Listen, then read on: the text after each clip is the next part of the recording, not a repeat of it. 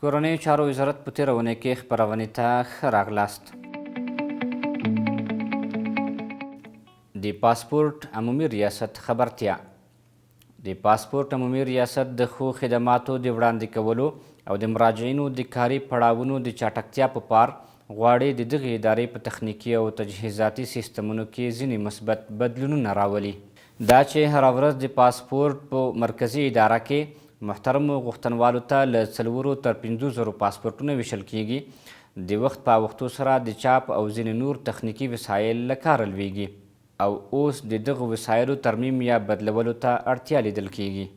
د دغې پروسې بشپړول وخت غواړي او اړتیا ده چې د پاسپورټونو د ویش خدمات د یادې شوې پروسې تر بشپړېدو پورې وځنډول شي. د پاسپورټ ټولو محترمو غوښتونکو ته خبر ورکول کیږي چې د تخنیکي ډلو د کار تر بشپړېدو او د یادې شویو وسایلو تر ترمیم پورې د پاسپورټ د ویش بهیر د تلې میاشتې له 14 نیټې وروسته ځنډیږي. له درنو غوښتونکو څخه هیله کوو چې تر 2مې خبرتیا پورې چې د کورنیو چارو وزارت او پاسپورټ عمومي ریاست له ویبپاڼو به خپره شي، د پاسپورټ عمومي ریاست ته دې مراجعه نه کوي. د کورنیو چارو وزارت اونیزه امنیتي غونډه د کورنیو چارو وزارت په اډانه کې ترسره شوه.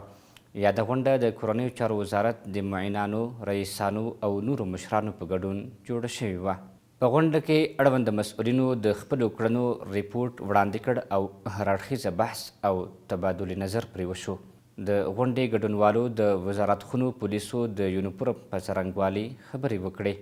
همداراز په غونډه کې د ترافیکو لوی ریاست پر اړتیاو او یاد ریاست ته د امکاناتو پر برابرولو هم بحث وشو. د غونډې په پای کې اړونده مسؤلینو ته دنده وسپارل شوه ترڅو هیوادوالو ته د لا ښه خدمت کولو په موخه خپل کارونه ګړندي کړي څو هیوادوالو ته لا سهولتونه برابر شي. د یونیفورم د ویش په لړۍ کې د کندوز زرګونه تنو د پولیسو منصوبینو ته هم نوی یونیفورم وویشل شو. وروسته له هغې چې اسلامي امارت د پولیسو منصوبینو لپاره یونیفورم وټاکه، په ولایتونو کې تر اوسه لسګونه زره تنه پولیسو ته یونیفورم ویشل شوی دی. مولوي مخدوم عبدالحق د کورنیو چارو وزارت د پالیسۍ او ستراتیژۍ مرستیال په توګه وټاکل شو. د کورنیو چارو وزارت د پالیسۍ او ستراتیژۍ نوی ټاکل شوی مرستیال د مشرانو له باور او اعتماد نه مننه وکړه او ویې ویل هڅه به وکړم چې د خپلو هیوادوالو لپاره ښه خدمتونه وړاندې کړم. د غونډې په پای کې شیخ الحدیث مولوي صالح محمد خبرې وکړې او له ټولو مسؤلینو وغوښتل چې د ځورېدلي ولس زخمونو ته پټۍ شي او دوی ته لا ښه خدمتونه وړاندې کړي، ځکه چې ولس په سختو شرایطو کې د اسلامي امارت له مجاهدینو سره د هیواد په ګوټ ګوټ کې د پام وړ مرستې کړي.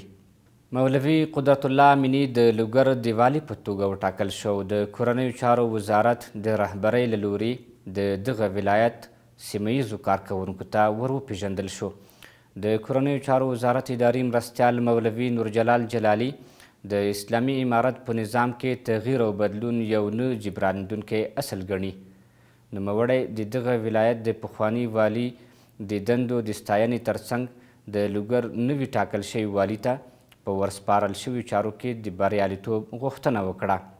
د لوګر نوي ټاکل شوي والي مولوي قدرت الله امینی هم د افغانستان د اسلامي امارت د مشرتابه او د کورنیو چارو وزارت له باور څخه مننه وکړه او ویې ویل د لوی څښتن تعالی د رضا او د لوګر د اوسیدونکو د رضایت د ترلاسه کولو لپاره د خدمتونو وړاندې کول به یې لومړیتوب وي.